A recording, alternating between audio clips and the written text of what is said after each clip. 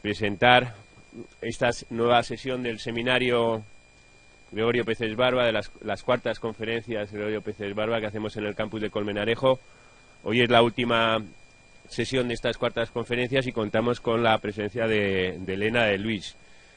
Elena de Luis es abogada, economista, consultora y con una larga experiencia en el ámbito de la consultoría en derechos humanos y en los temas de cooperación para el desarrollo. Además es profesora de este campus. Nos conocimos yo creo el curso pasado y la verdad ya desde el primer momento le dije, oye, pues tienes que venir a una de las sesiones del seminario, a una de las conferencias. Y a partir de ese momento, pues hemos empezado también a colaborar en otras cosas y Elena pues ya también colabora con el Instituto de Derechos Humanos Bartolomé Las Casas de esta universidad.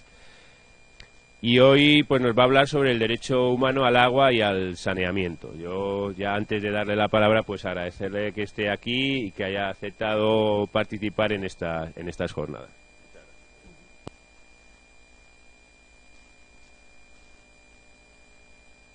Sí se oye bien, ¿verdad? Pues nada, también un gusto y agradecer también a las personas que estáis aquí, además, porque eso también de alguna manera muestra un interés también por conocer algo más sobre lo que es el derecho humano al agua y al saneamiento. A mí me gusta normalmente estar de pie, lo que pasa es que no me he traído un sismito de estos para pasar, con lo cual, porque me veo como muy, muy lejos de vosotras. Pero bueno, entonces vamos a hablar durante este rato un poquito de las cuestiones fundamentales en relación a este derecho, que realmente es un derecho que, aunque se habla de un derecho nuevo, un derecho más de los llamados emergentes, el derecho al agua es una de las cosas, digamos, una de las necesidades más antiguas y más necesarias para el derecho a la vida, ¿no? Por eso también, aunque muchos autores sostienen que son derechos nuevos, realmente son derechos, ahora veremos, que intrínsecamente forman parte del derecho a la vida, ¿no? Y también el derecho a la salud, ¿no? Entonces, voy a analizar también un poquito cómo ha sido el desarrollo de estos derechos también, para meternos en la parte más de fundamentación jurídica y analizar sobre todo en qué consiste, porque no es lo mismo, ahora veremos, tener derecho al agua que tener acceso a agua, ¿no? Y eso a mí me parece un punto importante en el que sí que me gustaría también detenerme un poquito, ¿no? Y luego a ver si analizamos pues cuáles son esas obligaciones de los titulares respecto a este derecho y quiénes son los titulares del derecho como tal, ¿vale? Bueno, así como para una pequeña introducción, y le preguntaba además yo a Rafa para ver también qué tipo de público, porque muchas personas a lo mejor no venís del ámbito jurídico, ¿no? Entonces sí que me parece importante unas pinceladas en relación a cómo el derecho al agua y al saneamiento se enmarca dentro de lo que son los derechos humanos y sobre todo por qué, si el derecho al agua no está reconocido, que ese ha sido uno de los argumentos que más se ha utilizado, no está reconocido, por ejemplo, en el Pacto Internacional de Derechos Económicos, Sociales y Culturales, ¿por qué ahora hablamos de que es un derecho? Y esto tiene mucho que ver con lo que se llama la exigibilidad de los derechos, ¿no?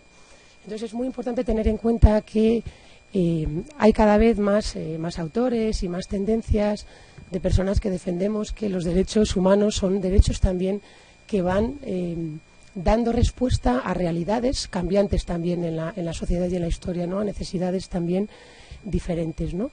Y entonces realmente cuando hablamos de derechos humanos hablamos de fundamentos o facultades que en cada momento histórico han ido también concretando una serie de valores como son la dignidad, la libertad o la igualdad, y sobre todo que han sido reconocidos por la comunidad internacional y, como veis también, que además están protegidos por una serie de instrumentos legales internacionales, regionales o nacionales. Ahora veremos, ¿no? Entonces eso es un poquito lo que ha ido armando el corpus o el marco de los derechos humanos y el derecho internacional de los derechos humanos, ¿de acuerdo? Pero también me parece importante rescatar este otro elemento también, ¿no? del papel que el derecho tiene que jugar como instrumento de ordenación pacífica de la convivencia, y esto también da paso a todo lo que ahora, y me imagino que algunas personas habréis escuchado, ¿no?, a lo que se denominan derechos emergentes, ¿no? Es decir, ha habido una serie de derechos que quizás no tienen el mismo reconocimiento jurídico que otros derechos más, digamos, más conocidos o más tradicionales, pero que, sin embargo, van articulando todo un marco de, digamos, de articulaciones necesarias en la sociedad para poder regular también y dar respuesta a estos valores de dignidad, por ejemplo, de libertad o de igualdad que decíamos, ¿no? Y precisamente esto es lo que es algo que yo creo que es muy importante también conocer la historia de los derechos humanos, ¿no? Y remitirnos también un poco a lo que fue la declaración, ¿no? Sabéis que tenemos una Declaración Universal de Derechos Humanos, pero en cambio no fue posible articular un solo pacto internacional, ¿no?, sino que en esa época tenemos dos pactos de derechos humanos, el Pacto Internacional de Derechos Civiles y Políticos y otro, el Pacto Internacional de Derechos Económicos, Sociales y Culturales, ¿no? ¿Por qué me parece a mí importante detenernos en este punto, o por lo menos recordar un poco historia? Porque este hecho de que hubiera dos pactos, marcado además por una coyuntura política e histórica clarísima, ¿no?, como fue ese contexto de Guerra Fría, lo que ha hecho es que los derechos humanos más vinculados a los civiles y políticos ha ido siempre por una vía, digamos, de argumentación y de desarrollo y de incidencia, y en cambio los derechos más conocidos como económicos o sociales, vinculados a pues todo lo que ha sido educación, cultura, salud, derecho a la vida y demás, ha ido por, digamos, por la vía también de lo que se llama desarrollo, ¿no?, de la cooperación para el desarrollo, y durante mucho tiempo estos derechos han ido, podríamos hablar transcurriendo por sendas diferentes, de tal manera que las personas o las organizaciones que reclamaban derechos más civiles o políticos no entraban a hablar de derechos que son totalmente necesarios también para garantizar la vida, como pueden ser la salud o la educación, o ahora veremos el agua, y por otro lado, organizaciones más vinculadas al desarrollo y a la defensa de los derechos sociales y económicos no entraban en lo que se conoce como advocacy o incidencia o denuncia, que estaba dejado, digamos, más para el ámbito de las organizaciones de derechos humanos, ¿vale? Entonces, a mí esto me parece muy importante, porque yo, por lo menos, que también me he dedicado durante mucho tiempo al tema de desarrollo, sí que hemos visto que durante muchos años el trabajo en desarrollo y el trabajo en derechos humanos ha ido por caminos separados, ¿no? Entonces, a mí me parece importante, sobre todo, señalar que esto tiene un origen claro, ubicado también en ese contexto de Guerra Fría, ¿no? Cuando ya este contexto desaparece, también, además, tanto por los reclamos de las organizaciones de la sociedad civil, como también por toda una serie de conferencias en el marco de las Naciones Unidas en los años 90, lo que se señala es que no tiene sentido hablar de derechos humanos, por un lado civiles, o por otro lado económicos, o por otro lado sociales, sino que tenemos que hablar de una indivisibilidad de todos los derechos humanos, ¿no? Porque está claro que no podemos hablar del derecho a la vida, por ejemplo, pues si no garantizamos derecho a la alimentación o derecho a la salud, por ejemplo, ¿no? Entonces, digamos que ahora mismo nos encontramos en un momento en el que ya podemos hablar de esos derechos, unos derechos humanos que son indivisibles y además que están interrelacionados y que son interdependientes entre ellos, ¿vale? Me parece importante este marco introductorio para también poco a poco ir rompiendo esa clasificación entre derechos de primera generación, derechos de segunda generación y derechos de tercera, o incluso ya se habla de cuarta generación, ¿de acuerdo? Entonces, esta clasificación, que seguro que algunos de vosotros conocéis, responde más a ese contexto histórico, contexto que ha cambiado, y yo creo que la realidad nos lleva más a hablar de ese contexto de los derechos humanos indivisibles e interdependientes, ¿sí? ¿De acuerdo? Bueno, ¿por qué me parece también entonces importante? Porque ahora veremos que el derecho humano al agua se va a configurar también en este marco de los nuevos derechos emergentes o de los derechos llamados, bueno, de tercera generación, ¿no? Otro elemento también mínimo para quienes a lo mejor no conozcáis mucho el ámbito de los derechos humanos, decíamos, una de las características es que además están reconocidos en un marco internacional y además protegidos por instrumentos, y esto es un tema también que ahora nos servirá para poder describir más lo que es el derecho al agua y al saneamiento, ¿de acuerdo? Entonces sabemos que hay una serie de tratados internacionales ¿no?, que protegen y respaldan los derechos humanos, tratados también que pertenecen más al ámbito de lo regional, ¿no?, y tratados también, o todo el sistema de protección nacional, ¿de acuerdo? Y otros instrumentos internacionales como son las declaraciones. Ahora, de todas formas, lo voy a ver con más detalle cuando nos empezamos a meter con el derecho al agua, ¿vale? Bueno, este sería un poquito el marco de los tratados de derechos humanos. Y entonces es importante también, porque cuando trabajamos derecho al agua, y yo es un derecho que llevo trabajando también muchos años, a veces se nos olvida que hay todo un soporte de tratados y de marco internacional que está dando respaldo a este derecho o a estos derechos, ¿no? O sea, los derechos sociales y económicos no son derechos, digamos, que se inventen de unas necesidades sociales o reivindicaciones en sí mismas, sino que además tienen un respaldo y una protección en un marco internacional y, por tanto, con mecanismos de protección para su garantía y protección, ¿vale? De todas formas, luego también, si en las preguntas queréis que profundice en alguna cosa, o sea, yo esto lo paso un poco por encima, sobre todo para que nos sirva un poco para ubicar el contexto del derecho, ¿vale? Entonces decíamos, ¿no?, una de las características de los derechos emergentes es que van dando respuesta a una serie de necesidades sociales y que se ven necesarias de abordar por algún lado, ¿no? Y precisamente una de las cosas también interesantes en el surgimiento del derecho al agua es que precisamente cuando se empiezan a dar pasos importantes en el derecho al agua nos encontramos, por un lado, con una crisis muy importante en todo lo que es agua y saneamiento en el mundo, pero además también nos encontramos con una tendencia privatizadora y una tendencia a la mercantilización de los servicios de agua. Es decir, por un lado, la sociedad reclama respuestas frente a un uso o a una consideración del agua como bien económico. Entonces, a partir de ahí, muchas organizaciones e incluso muchos gobiernos empiezan un poco a reivindicar la necesidad de apoyar o avalar la situación de agua y saneamiento desde una apuesta fuerte por los derechos humanos. Entonces, es muy interesante hacer una lectura también desde ahí, ¿no? Pero precisamente ahora veremos que muchos de los pasos que se fueron dando hacia la consolidación del agua como derecho fueron también de la mano de un contexto de muchas empresas que empezaron a tratar de mercantilizar con el agua, ¿no? Entonces, también es una respuesta, así como otros derechos a veces se han ido desarrollando como una respuesta al abuso del Estado. En este caso, lo que se comenta también con el derecho al agua es que ha sido un derecho que también surge de la necesidad de dotarse de elementos frente a una tendencia mercantilizadora de un derecho y de una necesidad básica como es el agua, y al mismo tiempo para solicitar, digamos, o reclamar al Estado una protección más firme frente a ese uso, digamos, abusivo por parte de determinadas empresas o sectores, ¿vale? Bueno, entonces decíamos, una de las situaciones, o sea, yo creo que es muy conocida la crisis tan enorme que atraviesa el agua y el saneamiento en el mundo. Sí que es verdad que en los últimos años se han hecho avances importantes en materia de agua, pero con lo que luego veremos, con los objetivos del milenio y ahora los de desarrollo sostenible, pero a nivel mundial sigue existiendo prácticamente una cifra cercana a 663 millones de personas sin acceso a agua potable, ¿vale? Cuando hablamos del saneamiento todavía la situación es mucho más alarmante, ¿no?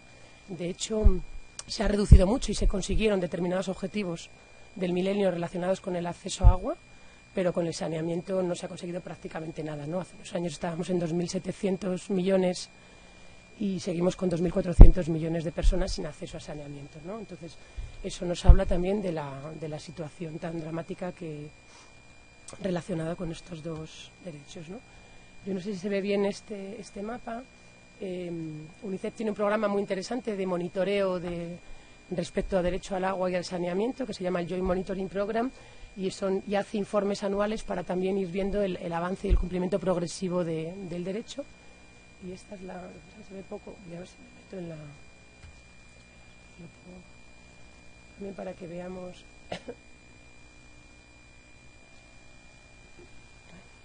No lo sé bien.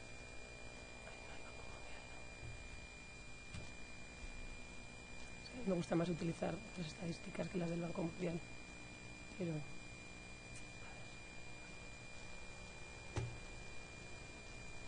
a ver si desde aquí a lo mejor lo vemos mejor.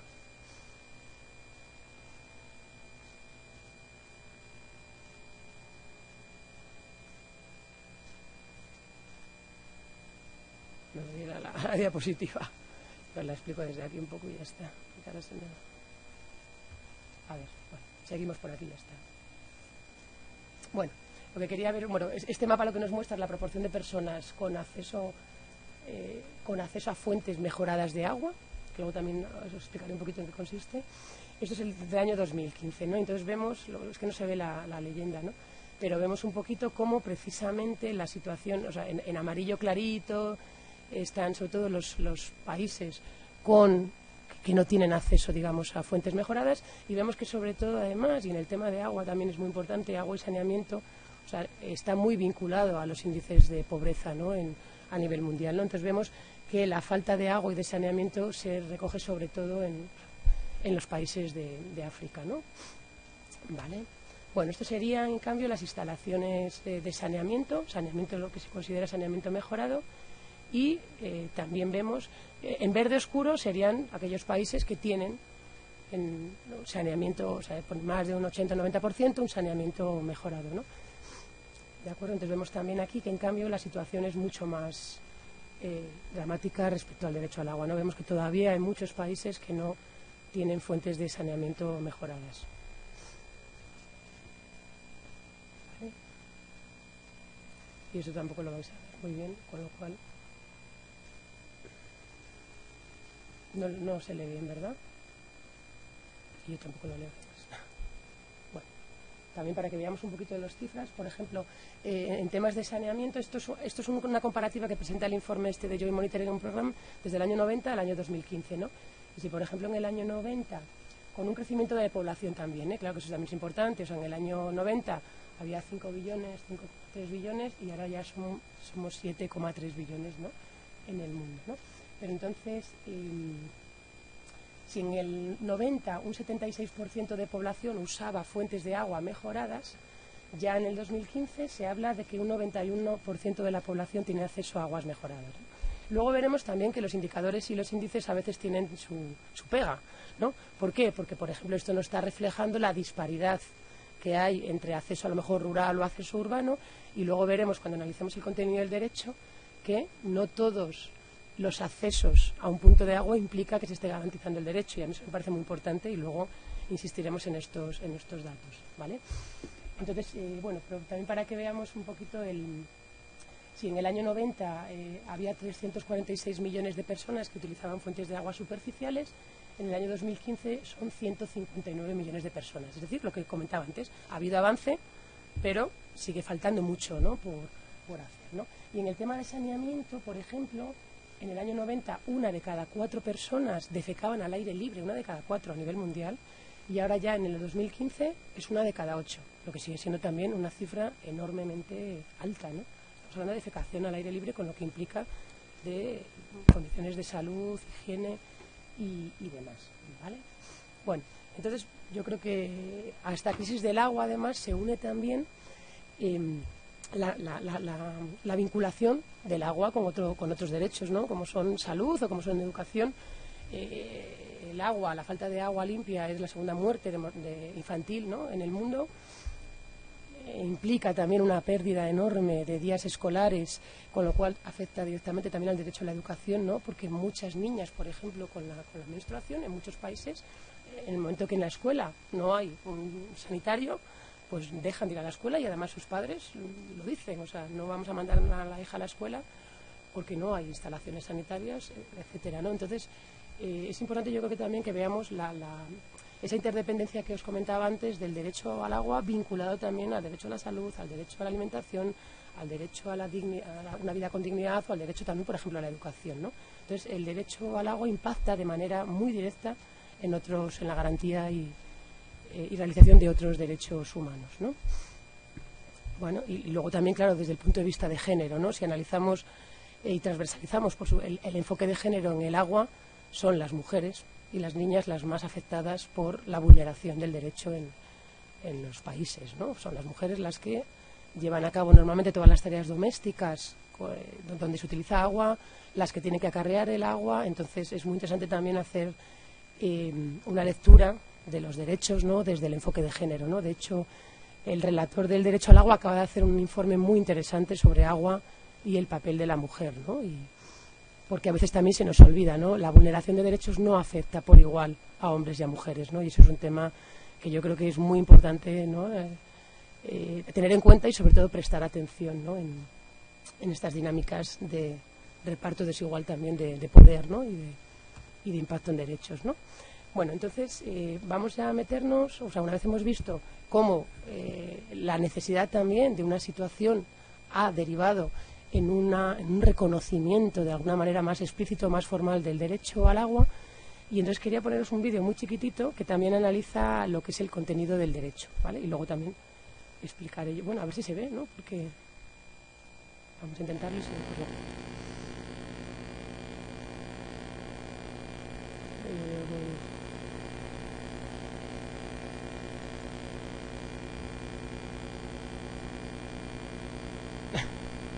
no lo sé, porque yo es que ya es lo que estoy viendo, espera a ver. Bueno, si no, sí. Aquí, sí, es lo que me... A ver. Sí, voy a intentarlo, espera, se me puede salir de aquí para pincharlo. Ahora se me abre el otro. Espera. Sí, lo pincho aquí.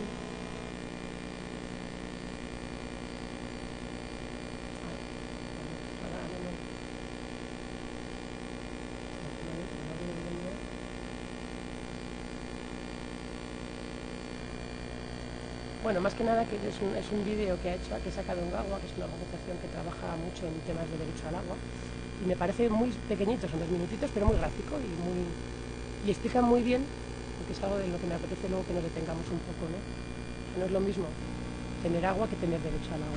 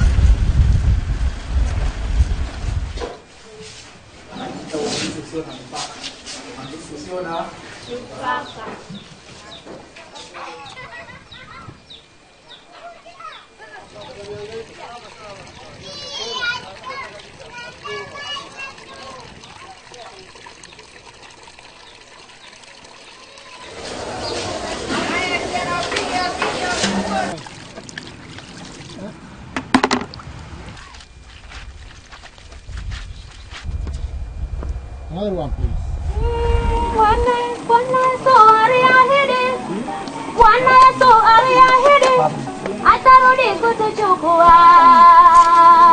Mtakapona maendeleo na maarifa, mtakapona maendeleo na maarifa, basi yanatoa harufu ya moto.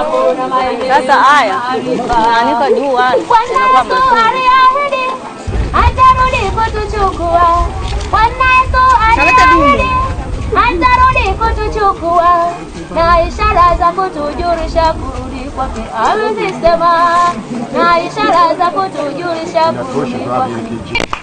Atarudi kutuchukua, na ishara za kutujulisha kurudi kwake alizisema, na ishara za kutujulisha kurudi kwake alizisema. Mtakapoona maendeleo na maarifa duniani, mjueni karibu. Tena mtakapoona manabii wa uongo wakitokea, mjueni karibu. Upendo wengi utapoa, vita mahali, mnaonapo hayo yote, mjueni karibu. Haya, inatosha. Tosha kila mtu. Hawana kazi.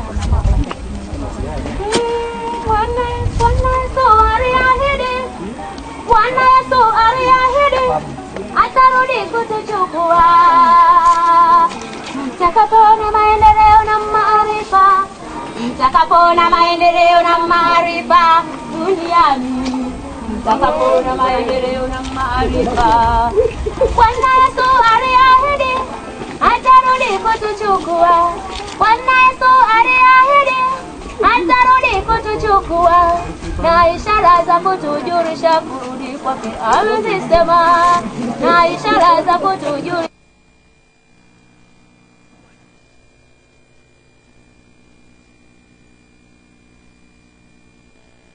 Bueno, este vídeo, o sea, que si os habéis dado cuenta, ahora vamos a ir analizando lo que llamamos categorías o contenido del derecho, ¿no? Porque, como os decía antes, yo creo que, claro, se ha trabajado mucho en agua y en saneamiento también, incluso desde el desarrollo, por ejemplo, pero es verdad que muy pocas veces se tienen en cuenta todos estos parámetros o contenido que señalaba el vídeo, que ahora vamos a analizarlo, ¿no? Y no es lo mismo tener un agua, pero un agua sucia, ¿no? Desde el punto de vista, por ejemplo, de una estadística nacional, y eso yo lo he visto mucho con un trabajo que he hecho durante años en Nicaragua. En las estadísticas nacionales, en el momento que llega el agua a un punto de un pueblo, computa en las estadísticas estas de acceso a una fuente de agua, ¿no? Pero efectivamente no es un agua de calidad y a lo mejor es un agua que no está disponible las X horas al día. Entonces ese agua, ese acceso a agua sería acceso a agua desde el punto de vista puro y duro, pero no estaría garantizando el derecho al agua como tal, ¿no? Y a mí me parece muy importante, y es uno de los, por lo menos de las cosas que más hemos trabajado determinadas personas también, para que cuando se hacen programas de cooperación, por ejemplo, en materia de agua y saneamiento, se analicen estos parámetros, ¿no? E incluso también, por ejemplo, en España, yo ahora uno de los temas que más nos está preocupando a muchas personas que trabajamos en los derechos humanos es todo el tema, de, por ejemplo, de cortes de suministro, ¿no? Entonces, a lo mejor en España no tenemos una vulneración de determinados elementos del derecho al agua, como pueden ser la disponibilidad, pero sí que está habiendo problemas con uno de los componentes que ahora os explicaré, que es la asequibilidad, ¿no? Un componente que implica que la gente pueda pagar por el servicio, ¿no? Y todo este tema, y se ha dado ahora además hace poco con el tema de energía eléctrica también, ¿no? Todo este tema de cortes en el servicio por impago, yo creo que es un tema al que tenemos que dar muchas vueltas desde el derecho, ¿no? Porque están poniendo en riesgo, ¿no? la vida, digamos, y sobre todo la dignidad de la vida, pero también la vida, como ha sido este caso de Cataluña, ¿no? Y bueno, entonces ahora vamos a ir viendo un poquito cómo se ha ido configurando ese contenido y en qué consiste realmente el derecho al agua, ¿no? Bueno, como os decía antes también, hablamos de derechos más de reconocimiento reciente y, por tanto, también en continua evolución, ¿no? Reconocimiento expreso y formal reciente, porque también veíamos que, bueno, que el agua ha estado siempre, o por lo menos se ha defendido su vínculo, digamos, con el derecho a la vida y el derecho a la salud, ¿no? Que sí que están contenidos en el Pacto Internacional, ¿no? Bueno, entonces, cuando el agua ha sido reconocido formalmente ha sido en el año 2010, por eso decimos que, claro, que como reconocimiento formal es un derecho bastante reciente, y todavía más lo es el saneamiento, ¿no? Que de hecho el derecho al saneamiento, con independencia del agua, ha sido reconocido en una resolución de la Asamblea de Naciones Unidas, vamos, muy recientemente, en diciembre del año 2015, ¿no? Entonces, y esto es muy importante porque todavía hay muy poca gente que habla del derecho al saneamiento como tal, ¿no? Ahora también veremos un poquito, ¿no? O sea, el saneamiento siempre iba de la mano, era la hermana pequeña del agua, ¿no? Derecho al agua y al saneamiento, ¿no? Durante muchos años la relatora de Naciones Unidas para el derecho al agua, o sea, dentro de estos mecanismos que os comentaba de protección de los derechos humanos, están mecanismos de protección en el marco del Consejo de Derechos Humanos. Y hay relatorías o grupos, digamos, de trabajo específicos para determinados derechos o para determinados países. Con agua y saneamiento inicialmente fue un puesto de experto independiente para las cuestiones de agua y saneamiento de Naciones Unidas, que ahora ha pasado a ser se llama relator especial para el derecho al agua y saneamiento, ¿no? ¿Por qué es importante? Porque estas figuras, que son figuras de protección internacional, en algunos casos, en algunos derechos, juegan un papel muy importante. Catarina de Alburquerque, que fue la anterior relatora de Derecho al Agua, ha hecho un papel, yo creo, magnífico en el desarrollo de todo este argumentario, digamos, por la defensa del derecho al agua, de la igualdad de género y del tema del saneamiento, ¿no? Durante muchos años peleó que el saneamiento fuera un derecho independiente y bueno, pues parece que se ha ido ya dando paso a este reconocimiento, ¿no? Lo cual es muy importante. Bueno, Entonces, esto también lo pasaremos un poco por rápidamente, porque tampoco se trata de conocer todo este marco, pero si antes en el cuadrito que os ponía de que los derechos, lo importante es que están reconocidos también en un marco internacional y protegidos por un marco de tratados, el derecho al agua, ¿dónde está reconocido? O sea, ¿cuáles son sus fundamentos jurídicos, no? Lo digo porque hay veces que dicen, bueno, es que el derecho al agua no está reconocido en ningún sitio, ¿no? Bueno, en la Declaración Universal de Derechos Humanos, que claramente habla del derecho a la vida, lo que pasa que yo no sé si sabréis que la Declaración de Derechos Humanos, al ser una declaración, no tiene carácter vinculante, mientras que los tratados internacionales sí tienen carácter vinculante, es decir, obligan a los estados que los ratifican, o sea, que los firman y que los ratifican. No quiero tampoco meteros mucho contenido, pero bueno, quiero decir que cuando un estado firma y ratifica un tratado internacional, de alguna manera se está comprometiendo con lo que dice ese tratado, ¿no? ¿Por qué a mí me parece importante? Porque yo, por ejemplo, en el trabajo de agua y saneamiento que hemos hecho a lo mejor en algunos países, lo primero que vamos a ver es cómo está la situación de ese país respecto a los tratados que ha ratificado, ¿no? Porque si un Estado ha ratificado, yo qué sé, el PIDES o determinados tratados, lo que decimos es, oiga, usted se ha comprometido, ¿no?, al cumplimiento progresivo, digamos, de esta situación y tiene que hacer, o por lo menos dar pasos para cumplirlo, lo cual es una herramienta de incidencia muy importante, por ejemplo, para la sociedad civil, ¿no? Entonces hay que conocer también dónde está avalado y reconocido un derecho, por ejemplo, ¿no? Bueno, en el tema del agua, como decíamos antes, no está reconocido explícitamente en el Pacto Internacional de Derechos Económicos, Sociales y Culturales, y ese ha sido el problema que ha llevado a tantos años de argumentos a favor del reconocimiento, que ha sido en el 2010, o sea, fijaros, desde el 66 al 2010, pero lo que se defendía es que estaba dentro del derecho a un nivel de vida adecuado y a la salud, ¿no? La Convención de los Derechos del Niño también menciona explícitamente los temas de agua, y también la CEDAW, la Convención para la Eliminación de la Discriminación contra la Mujer, y también mencionan temas relacionados con agua y saneamiento, la Convención sobre los Derechos de las Personas con Discapacidad y los convenios de Ginebra sobre protección de los civiles en tiempos de guerra, ¿vale? O sea, es decir, sí que hay varios tratados que ya explícitamente mencionaban el tema de agua. Bueno, si nos vamos al ámbito regional, también en América Latina, la Convención Americana de Derechos Humanos contempla el derecho al agua, y luego también todas estas declaraciones que, como os decía antes, no tienen carácter vinculante, como si los tratados, pero de alguna manera también tienen pertenecen más al ámbito de los compromisos políticos o morales.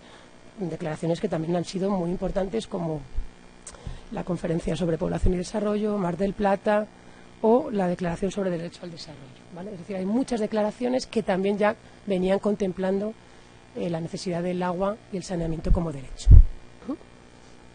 Dentro de este marco internacional también, y me imagino que sonará más, está la Declaración de Naciones Unidas, la Declaración del Milenio, del año 2000, que sabéis que estableció un marco, digamos, de compromisos entre el año 2000 y el año 2015 para la consecución de una serie de objetivos y metas que se consideraban necesarias para poner encima de la mesa en la agenda del desarrollo, ¿no? Entonces, importante, ¿por qué? Porque fue la primera vez que se consigue que los países se sienten para articular unos objetivos comunes para mejorar la situación de pobreza y desigualdad en el mundo, etcétera, ¿no? Y dentro de los objetivos del milenio, precisamente una de las críticas que hicimos mucha gente es que no se contemplaba el agua como tal, ¿no? Había un objetivo que era el del medio ambiente, garantizar la sostenibilidad del medio ambiente, y dentro del objetivo de medio ambiente una meta que sí que hablaba de una reducción del porcentaje de personas que carezcan de agua segura y potable, ¿vale? Muy limitado, fue también muy criticado porque además esta meta era una meta de porcentajes, ¿no? Era reducir a la mitad, ¿no? La gente que venimos de los derechos humanos decimos que los derechos humanos no se consiguen al 50%, ¿no? Es decir, o se garantizan al 100% o no, porque ¿qué hacemos con la otra, ¿no?, con el otro 50% de población que no tiene garantizado el derecho, ¿no? Entonces también muy importante estos vínculos también entre desarrollo y derechos humanos, también porque de alguna manera es importante ir construyendo discursos comunes, ¿no? Entonces, muy interesante los objetivos del milenio en la agenda de desarrollo, pero faltaba mucha incorporación desde el lenguaje y desde digamos, las metas de los derechos humanos, ¿no? Parece que se ha corregido algo con la nueva Agenda de Desarrollo. Sabéis que ahora es la Agenda de los Objetivos de Desarrollo Sostenible, que establece otros próximos 15 años de medidas, objetivos también y metas para tratar de conseguir a nivel mundial pues una serie de objetivos y que garanticen el desarrollo sostenible, ¿no? Y aquí sí que ya pues digamos todos los argumentos y las defensas desde las distintas entidades de la sociedad civil y demás, y desde Naciones Unidas, ha hecho posible que sí que se establezca o se contemple el tema de agua como objetivo en sí mismo, ¿no? Con un objetivo que es el número 6, que habla de garantizar la disponibilidad de agua y su gestión sostenible y saneamiento para todos, ¿no?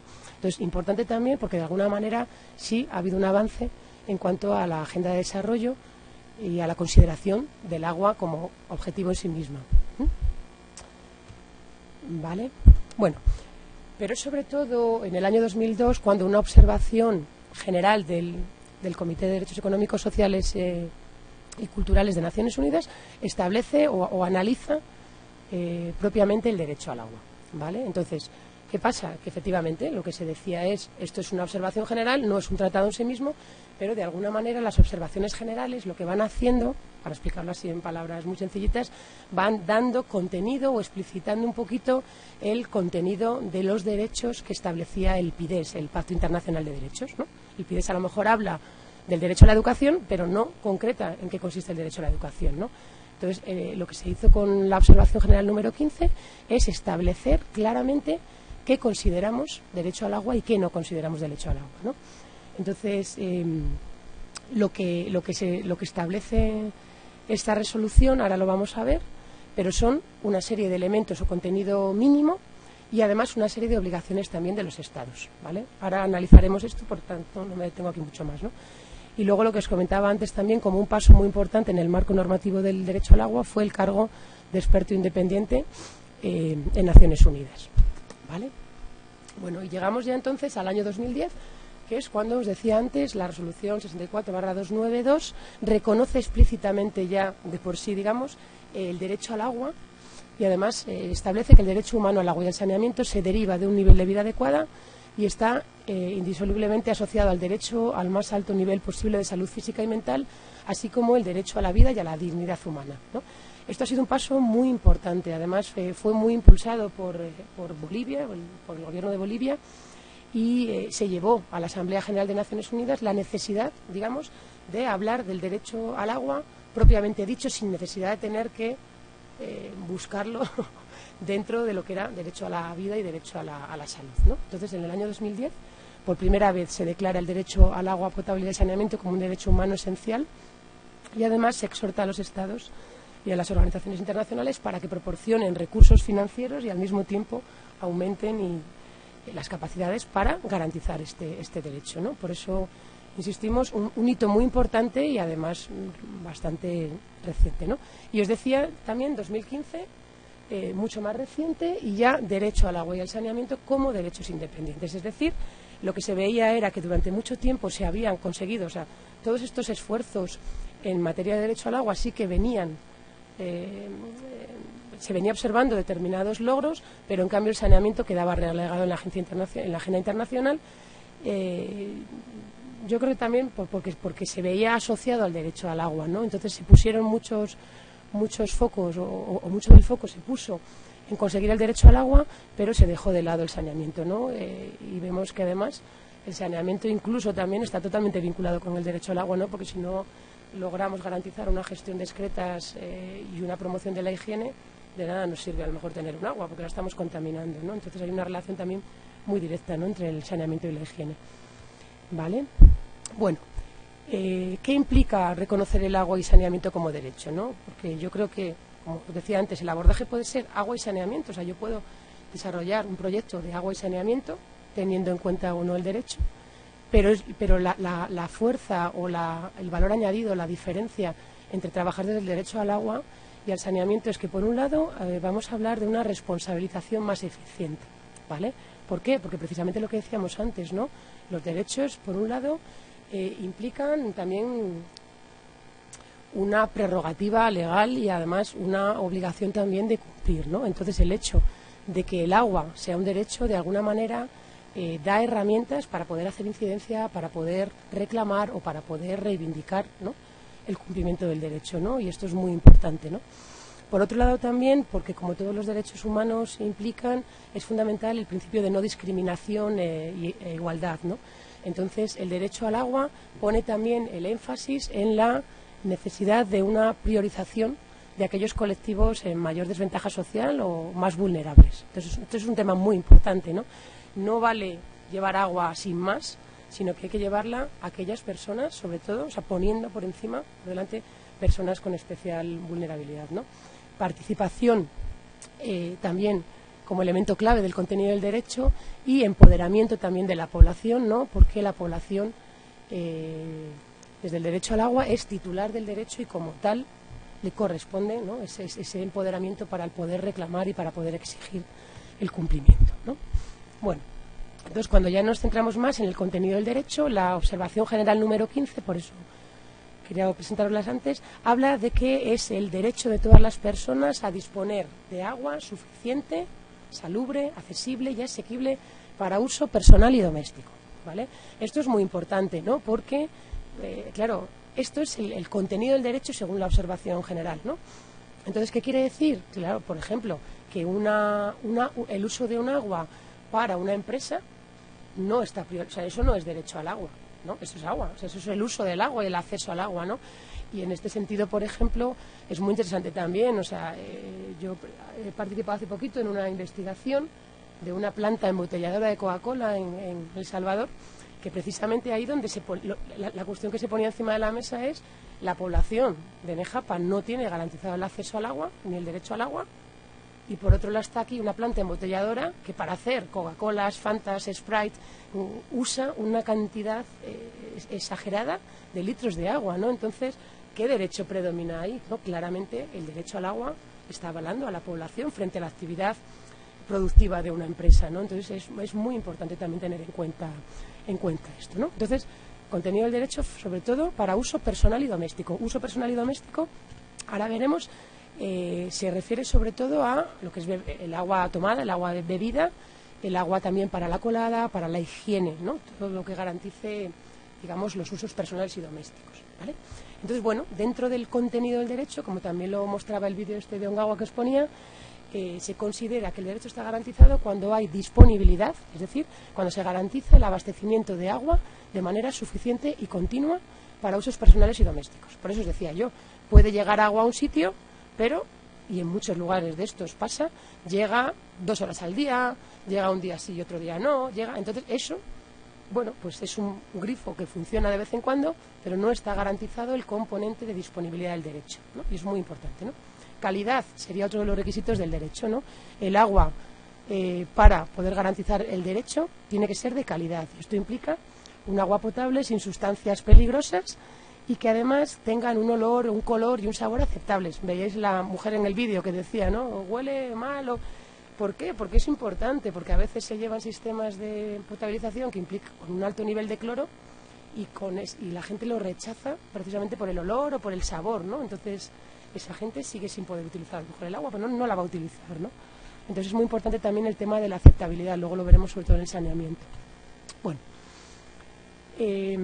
no establece la observación general cuánto se considera óptimo de litros de agua al día, ni de distancia, ni demás, pero sí que es verdad que ha habido avances ahí. Por ejemplo, esto es un cuadro de la OMS, de la Organización Mundial de la Salud, que considera que más de 1 kilómetro, por ejemplo, de lejanía del punto de agua no estaría garantizado el derecho, y en términos de litros se considera que debería estar en torno a 20 litros sería el mínimo por persona y día, ¿no? El óptimo sería 50 o 100 litros de persona y día. También depende del país, del contexto, de la temperatura, etcétera, ¿vale? Bueno, otro de los componentes del derecho es la accesibilidad, ¿no? Los servicios e instalaciones deben estar en el interior de cada hogar o en su cercanía. Es decir, el derecho no dice toda la gente tiene que tener un punto de agua en su casa, no. Lo que se dice es tiene que estar cerca y bien, lo óptimo es en el interior de cada hogar y si no, en una cercanía más inmediata, que es lo que os decía, cuando ya la recolección implica más de 30 minutos de trayecto, más de 1 kilómetro, se considera que no está garantizado este componente de accesibilidad, ¿vale? Y la accesibilidad también implica un acceso seguro. Esto es muy importante, por ejemplo, desde el punto de vista de género, ¿no? Porque muchas de las agresiones, por ejemplo, sexuales que sufren muchas mujeres en África, por ejemplo, suceden en el transcurso a la recogida del agua o de la letrina, porque son, pues eso, si tienes que recorrer 700 metros a oscuras en un sitio alejado, pues puedes tener el riesgo de asaltos, etcétera, ¿no? Y el otro componente también importante es la accesibilidad o asequibilidad económica, ¿vale? Es decir, el acceso al agua y el saneamiento, ahora veremos, tienen que ser lo suficientemente económicos para que no impliquen que una persona tenga que dejar de utilizar ese dinero para gastos relacionados con la salud, con la educación, etcétera, ¿vale? O sea, no se puede comprometer la capacidad de las personas para adquirir otros bienes y servicios, ¿no? El PNUD establece más o menos este componente en un 3%, ¿no? O sea, el gasto en agua no debe superar el 3% en los ingresos de una familia. ¿Vale?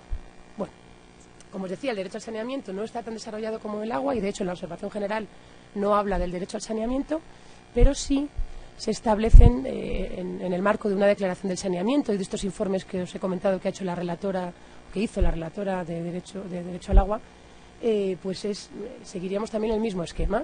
Las instalaciones de saneamiento tienen que ser suficientes en el interior o en las inmediaciones, tienen que ser seguros desde el punto de vista de la higiene, con acceso a agua limpia, tienen que estar dentro del hogar o en la cercanía más inmediata, tienen que ser asequibles también, o sea, son los mismos componentes del derecho al agua, ¿no? Tienen que ser asequibles. Y uno de los componentes también importantes que no se da tanto en agua es el tema que es fundamental en el saneamiento, es el tema de la aceptabilidad y adecuación cultural. Es decir, el tema del saneamiento, de hecho, es un tema muy tabú en muchos lugares del mundo, ¿no? Y muy complicado de abordar, ¿no? Entonces es muy importante que las instalaciones que se construyan sean aceptadas culturalmente, ¿no? Pues si hay culturas musulmanas, tienen que tener también un punto de agua para limpiarse, bueno, cada persona de la manera, digamos, que lleve a cabo las actividades relacionadas con el saneamiento, ¿no?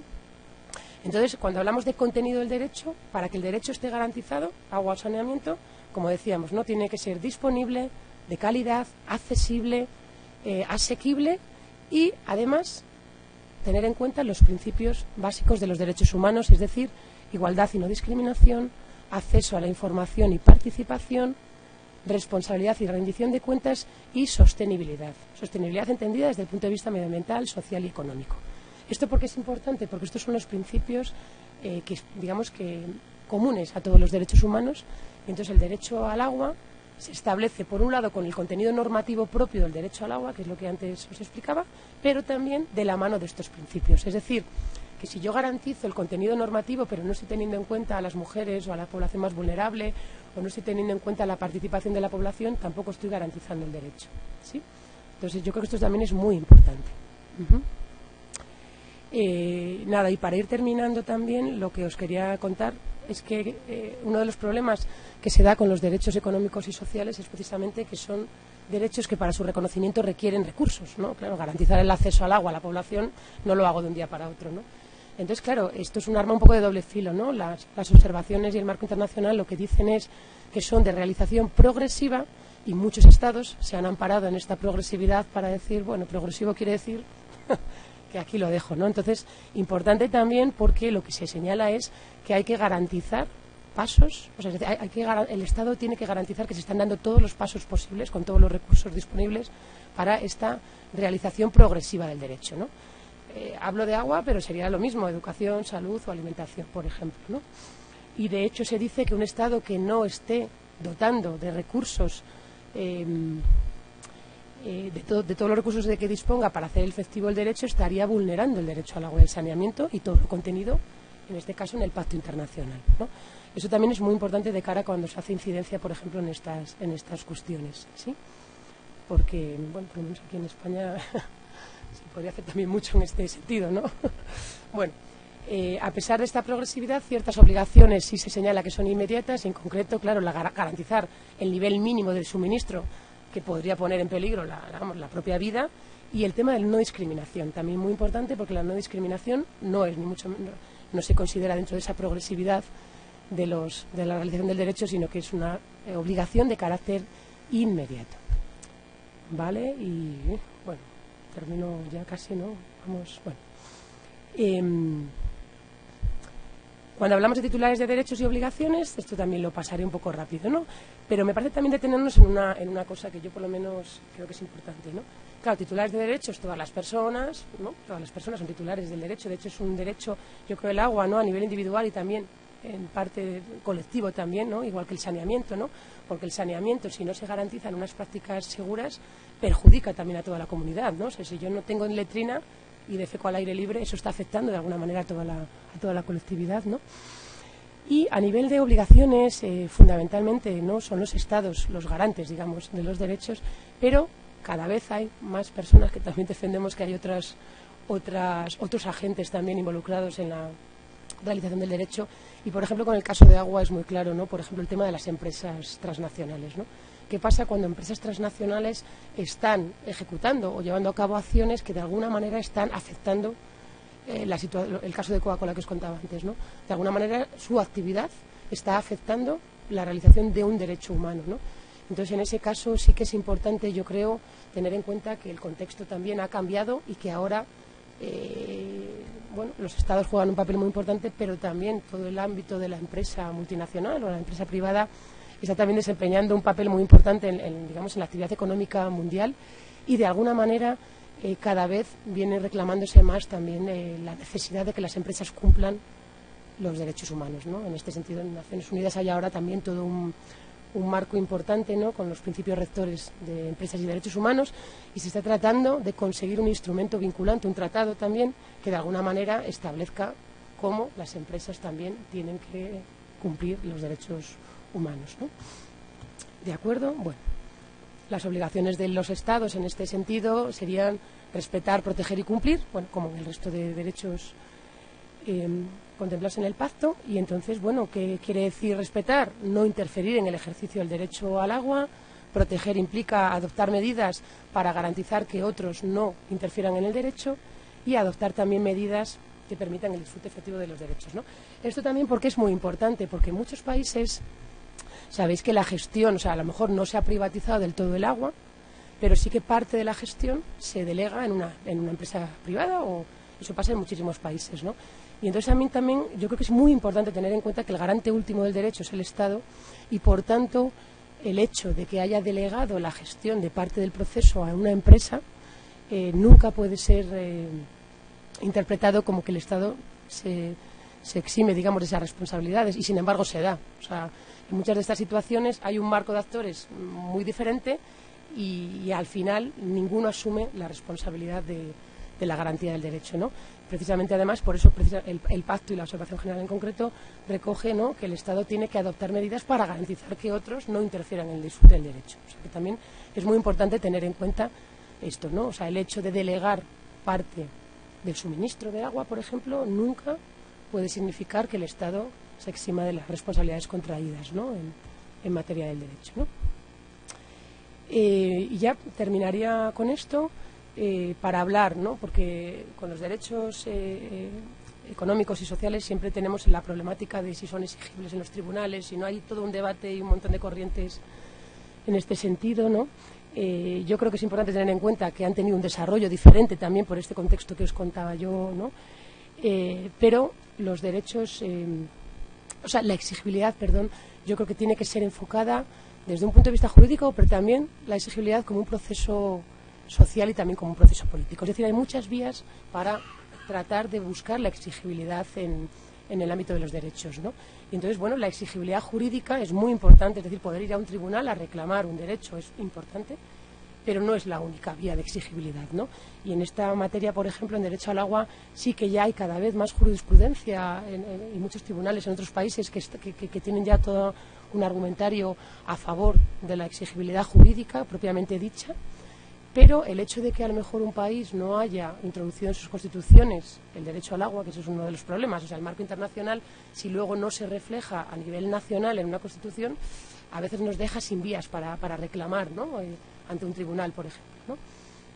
Pero también no dejemos de lado, yo creo, primero, por un lado, contemplar la gran creatividad que está surgiendo ahora en torno a la judiciabilidad también en materia de este tipo de derechos, que no tienen tanta trayectoria como otros, pero también tener en cuenta la exigibilidad política y la exigibilidad social también, ¿no?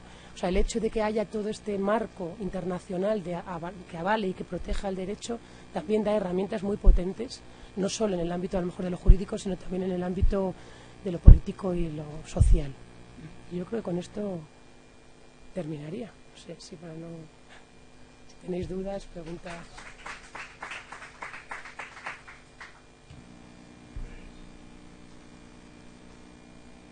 ¿Qué os parece?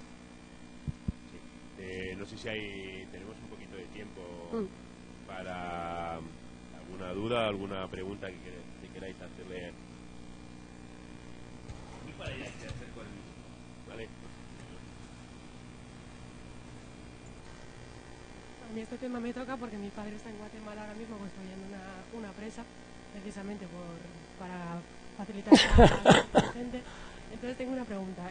¿El gobierno de Guatemala podría ejercer algún tipo de presión contra la propiedad que tienen del terreno de ese agua, que no es guatemalteca sino que es hondureña, y les están poniendo muchos problemas con el tema del precio, el tiempo y demás, como para acortar un poco y no permitir esa accesibilidad a todo el mundo ni a todos los pueblos? Están dejando un poco marginados a ciertos pueblos. Entonces mi pregunta es si pueden, evidentemente sí, pero ¿qué medios pueden tomar el Estado para que eso no sea así, para que puedan tener esa accesibilidad y que no les hagan con la suya a los hondureños en este caso?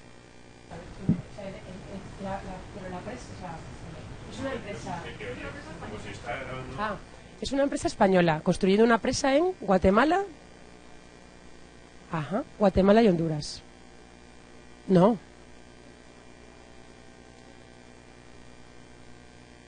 Sí.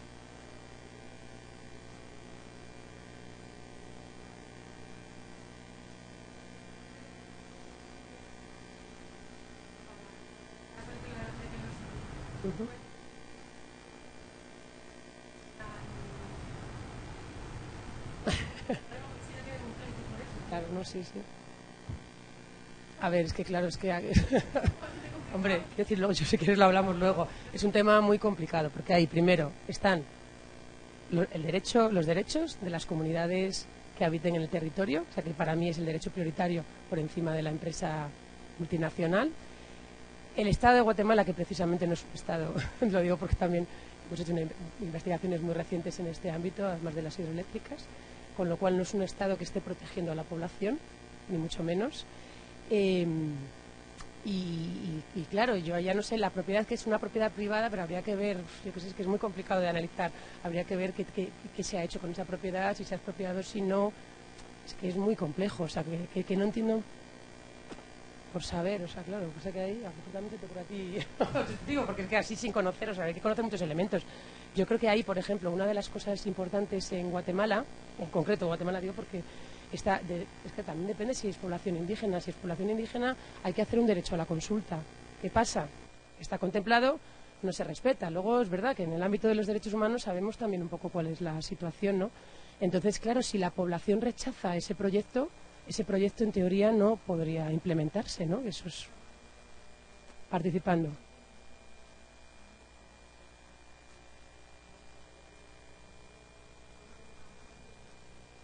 ¿Cuál es la multinacional? ¿Se puede? SOHL. Vale.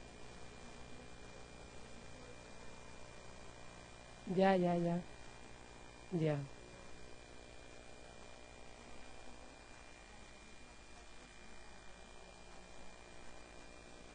Es que ya te digo que eso es es uno de los ámbitos más complejos, por eso mismo, porque también entran, o sea, digo, para llevarlo también a la vía un poco de lo que os contaba, ¿no?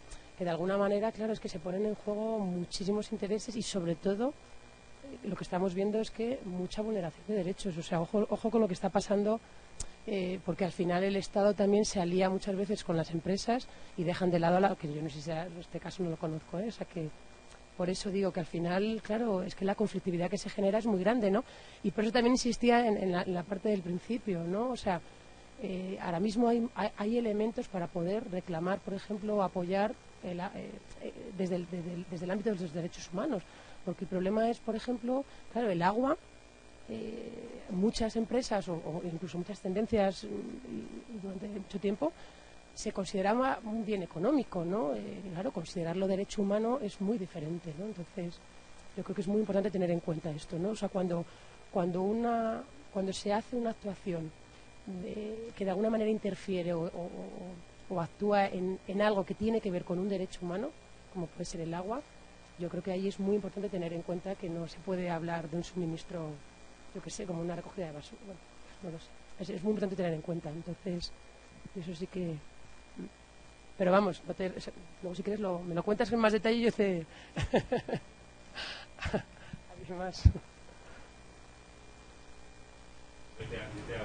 No es una consulta, te hago. Yo creo que una de las claves de esto, desde el punto de vista de los derechos, es lo que tú apuntabas, ¿no? Que es esa...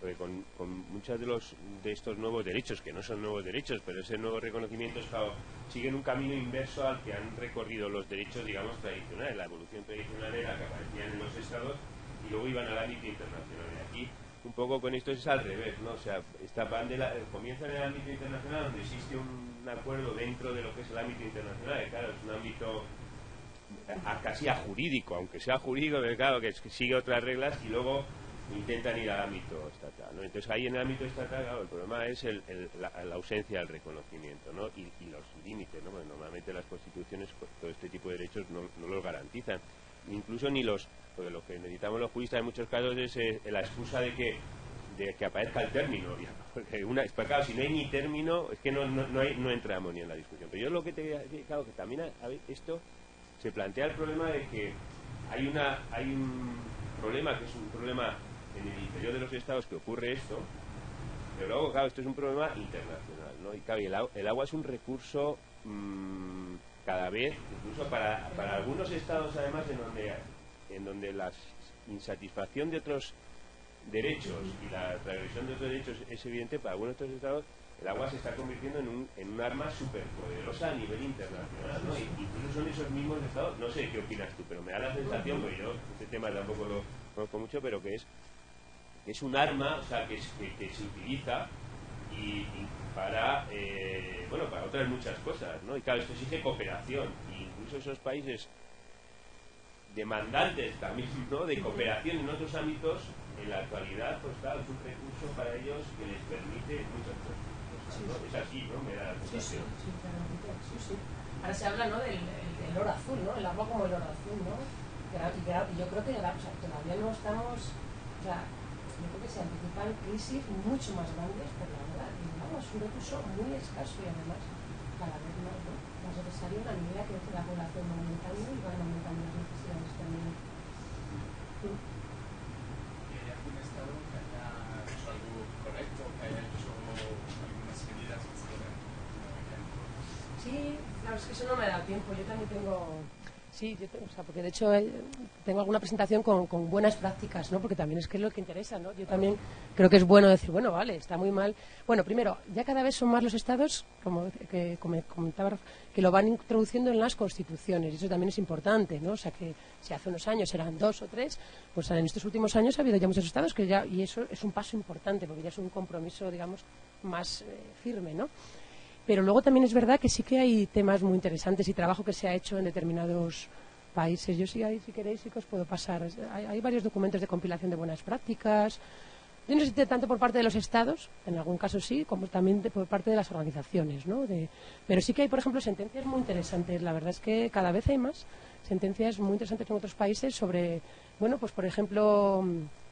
Sí, además es que hay muchas, o sea, sobre todo en el marco a lo mejor más latinoamericano o incluso algunos también en Asia, que, bueno, donde ha habido ahí tribunales que se han implicado, porque luego también otro de los problemas que también es interesante de cara a la exigibilidad jurídica es que se dice que un juez de alguna manera no puede decir al Estado lo que tiene que hacer, ¿no? Y en cambio hay una jurisprudencia muy interesante en este sentido, ¿no? Donde se dice, oiga usted, haga el favor de poner unos tanques o uno al Estado, haga el favor de poner o colocar unos, por ejemplo, un pozo que se contaminó por un tsunami o algo así.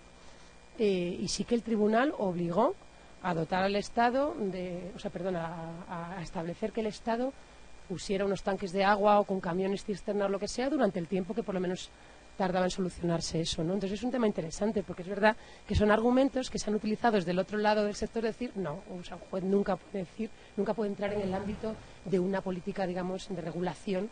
Eso le corresponde al Estado, ¿no? La judicatura no puede entrar ahí, ¿no? Pero en cambio hay jurisprudencia muy interesante que sí ha entrado, que ha dicho, oiga, si usted tiene que garantizar este derecho, pues tendrá que hacer lo posible para hacerlo, ¿no? Entonces sí que hay cosas ya interesantes, ¿no? Y luego, hombre, Bolivia impulsó muchísimo el tema del agua, ¿no? Y no sé si conoceréis la guerra del agua que hubo en Cochabamba, ¿no? O sea, que ahí hubo toda una articulación de un movimiento social y también estatal frente a una empresa que quería privatizar el recurso, ¿no? Entonces sí hay cosas interesantes. Uh-huh.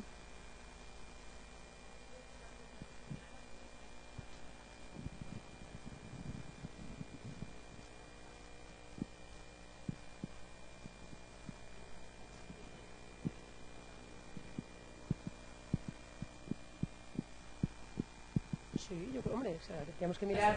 De hecho, a mí me llama la atención, pero son muchos los países, o sea, la mayoría de los países que han considerado el agua como derecho en las constituciones son africanos. La República Democrática del Congo, Kenia, Uganda, o sea, muchos países, ¿no? Firman estos, claro, lo que pasa que el problema es que lo tenemos con el tema de la realización progresiva, ¿no? Claro, que yo creo que durante mucho tiempo ha dado ahí un margen de discrecionalidad demasiado grande, ¿no? Yo creo que en la medida en que se van adquiriendo nuevos compromisos y sobre todo más sensibilización y conocimiento, o sea, porque claro, yo creo que con los derechos humanos yo creo que es fundamental empoderar a la población en saber lo que tenemos, ¿no? En cuáles son nuestros derechos y el qué implica, ¿no? Entonces yo creo que conocer, por ejemplo, todo este marco que avala y que apoya el agua, por ejemplo, como derecho, de alguna manera te da tres herramientas para enfrentarte, digamos, a determinadas situaciones, ¿no?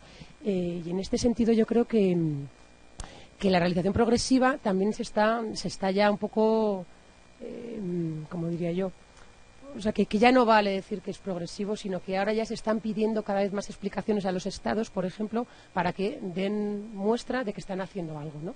Cosa que a lo mejor antes era impensable, ¿no?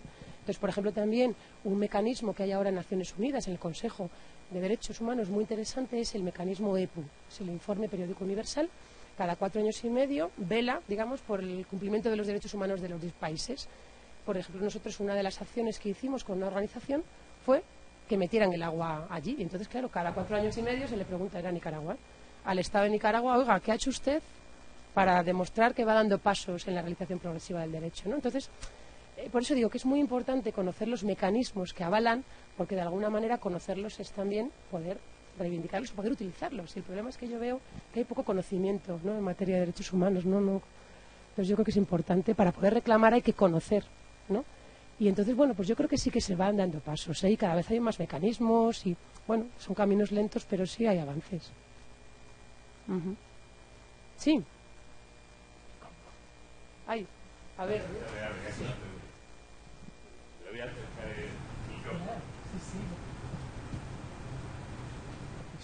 Buenos días.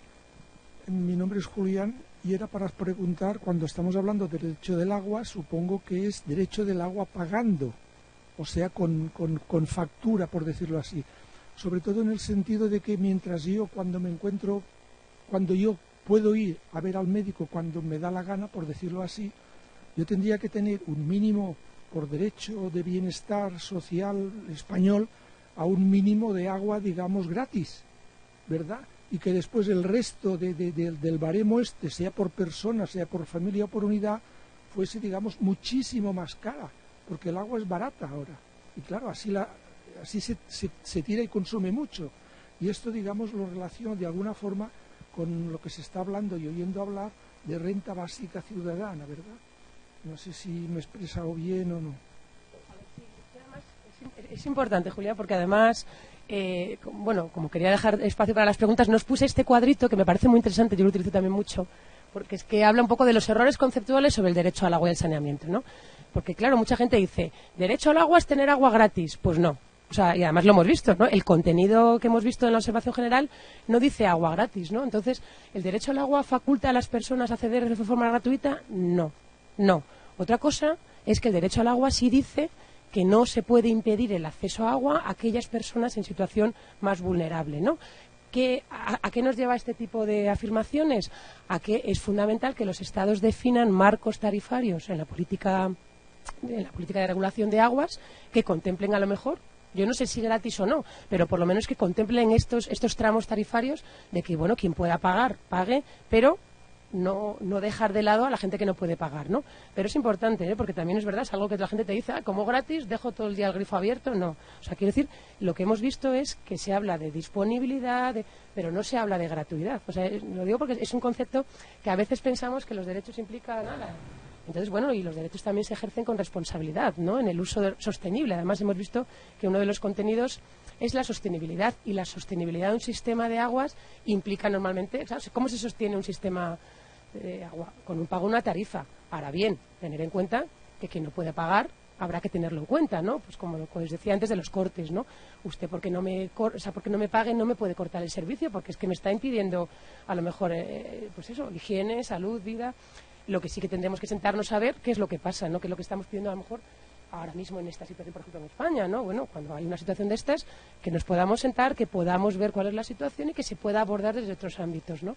Pero es importante el tema este, ¿no? O sea, no es derecho gratis, como no autoriza al uso ilimitado de agua, ¿no? O sea, claro, es decir, como yo tengo el derecho, pues entonces eso es importante también, ¿no? Yo creo que es un tema importante. Hablábamos de titulares del derecho y titulares de la obligación. El ser titular de un derecho también de alguna manera es importante porque nos da elementos para reivindicarlo, pero también compromisos para, ¿no?, ejercerlo con responsabilidad, ¿no? En este caso del agua, ¿no? Uh-huh. Sí, claro, si con renta pasa un poco. Uh-huh.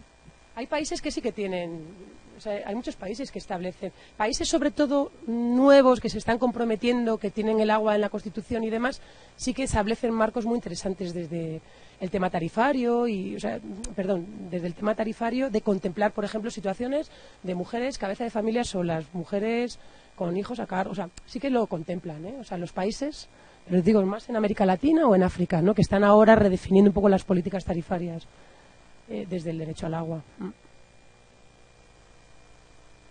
¿Alguna cosa más? Pues, muchas gracias, Elena, por tu interesante charla, y a todos vosotros pues por haber estado aquí con nosotros.